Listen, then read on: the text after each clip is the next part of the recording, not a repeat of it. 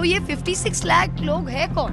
क्योंकि बिहार में तो कंटिन्यूस रिविजन हो रहा है। लास्ट 25 अप्रैल 25 तक आपका रिविजन हुआ है, तो इसका मतलब क्या है कि आज तक जितना रिविजन हुआ है वो सब बेकार है।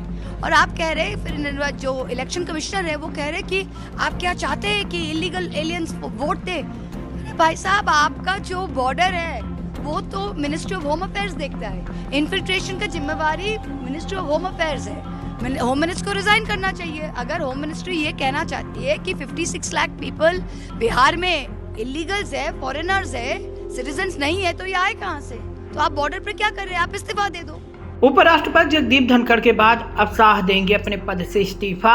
आगामी बिहार विधानसभा चुनाव से पहले SIR के मुद्दे पर बिहार से लेकर दिल्ली तक हड़कंप मचा हुआ है।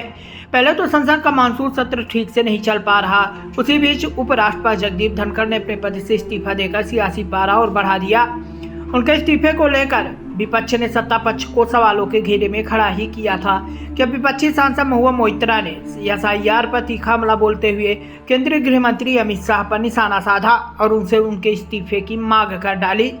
दरअसल TMC सांसद महुआ मोइत्रा ने यह सवाल उठाते हुए कहा कि बिहार में 56 लाख अवैध वोटर कैसे आ गए। गृह मंत्री अमित शाह से इस्तीफे की मांग कर दी है। तृणमूल सांसद ने कहा कि सीमा संबंधी मसला केंद्रीय गृह मंत्रालय के अधीन आता है, इसलिए अगर 56 लाख अवैध घुसपैठिए आए हैं तो गृह मंत्री को अपने पद से इस्तीफा दे देना चाहिए।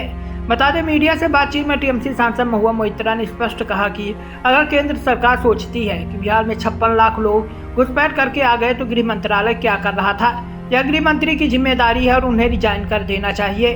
बताते चले, उन्होंने आगे कहा कि भारत के इतिहास में ऐसा कभी नहीं हुआ है। चुनाव आयोग, जो कि संवैधानिक संस्था है, बीजेपी के ब्रांच के रूप में काम कर रहा है।